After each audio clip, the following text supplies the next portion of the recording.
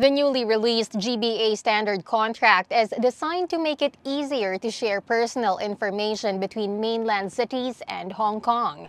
Here to tell us more about this are James Gong from Bird and Bird and Dora C. from Beacons. James and Dora, how will the standard contract help Hong Kong businesses?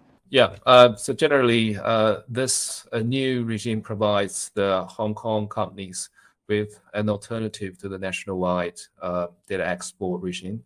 So in essence, it simplifies the data export procedures. It reduces the number of materials to be submitted, and certainly it also sort of shorten the time it takes to make the filing. So generally, it's a welcome move of the government to facilitate the cross-border or cross-region sort of data transfer.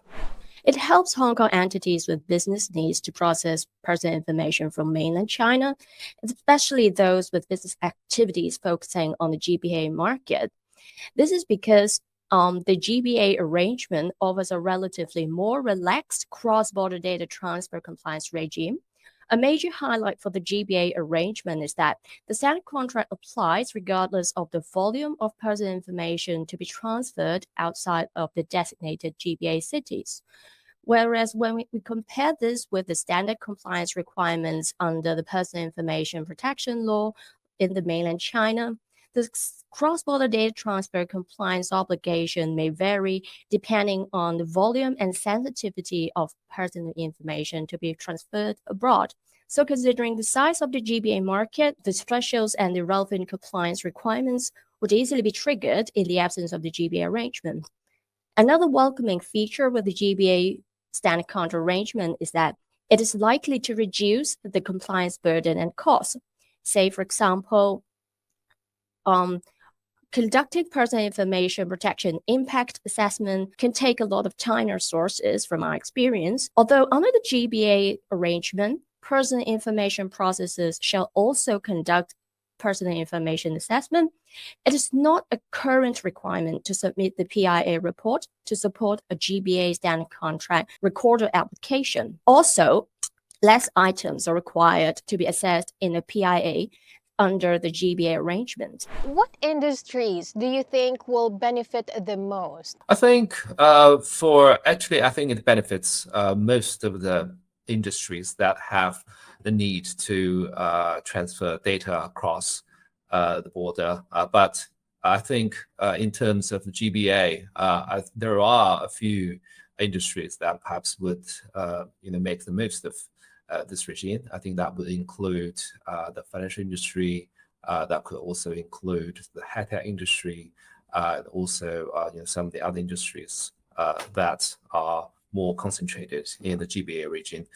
So I think industries would, of course, make more advantage of this. But I would say that this is a regime that would benefit a wide range of industries. Overall, I think it should benefit all industries with the cross-border data transfer needs.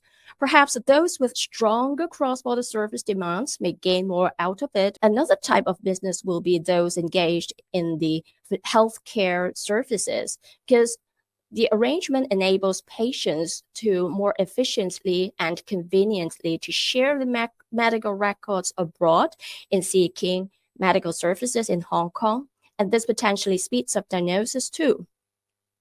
Now, the swift transfer of personal information is likely to help innovation and technology sector, such as those engaged in the smart home technologies and medical research, because these businesses usually need a lot of personal information to support development.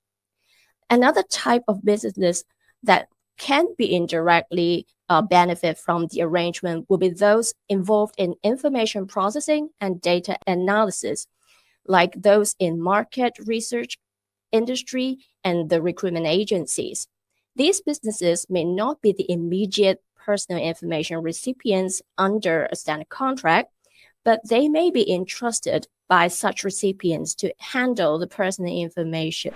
Considering everything that you've just mentioned, and since this is voluntary, do you think companies would bother with it? Yeah, I think some companies would choose this regime. It depends on the particular situation and the needs of that company. So I think that the main restraint under this regime is that the data that is transferred cross border cannot be transferred outside the GBA region. So if it is a company that will only transfer data within the GBA, and I think it would definitely be advisable for them to make use of this regime. But for others, if they do have a need to transfer out of the GBA and they have a frequent sort of interchange of data either with other parts of the world, I think it perhaps would be advisable for them to use the nationwide data export regime. I think for Hong Kong companies with a huge cross-border transfer demand, adopting the GBA standard contract is beneficial. Even though there is a PIA requirement under the GBA arrangement, it is less burdensome when compared to the standard obligations under the Personal Information Protection Law.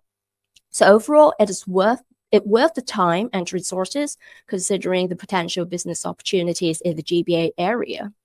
Now, for those with lower data transfer demands, although the standard contract arrangement may not be their top priority right now, for purpose of risk management, they are nevertheless recommended to review their data handling practice, conduct regular data audit to assess the volume, type, and sensitivity of personal information they handle, and assess whether the cybersecurity as well as organizational measures deployed are appropriate to safeguard the data they process.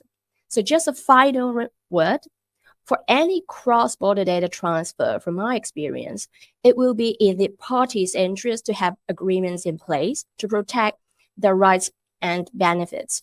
So it will be in the interest of Hong Kong companies to look into the GBA standard contract arrangement sooner than later. Thank you so much for joining us today, James and Dora. You're welcome. You're welcome. Once again, those were James Gong, Hong Kong Legal Director at Bird & Bird, and Dora C., Partner for Intellectual Property Department at Deacons. For more news, visit hongkongbusiness.hk.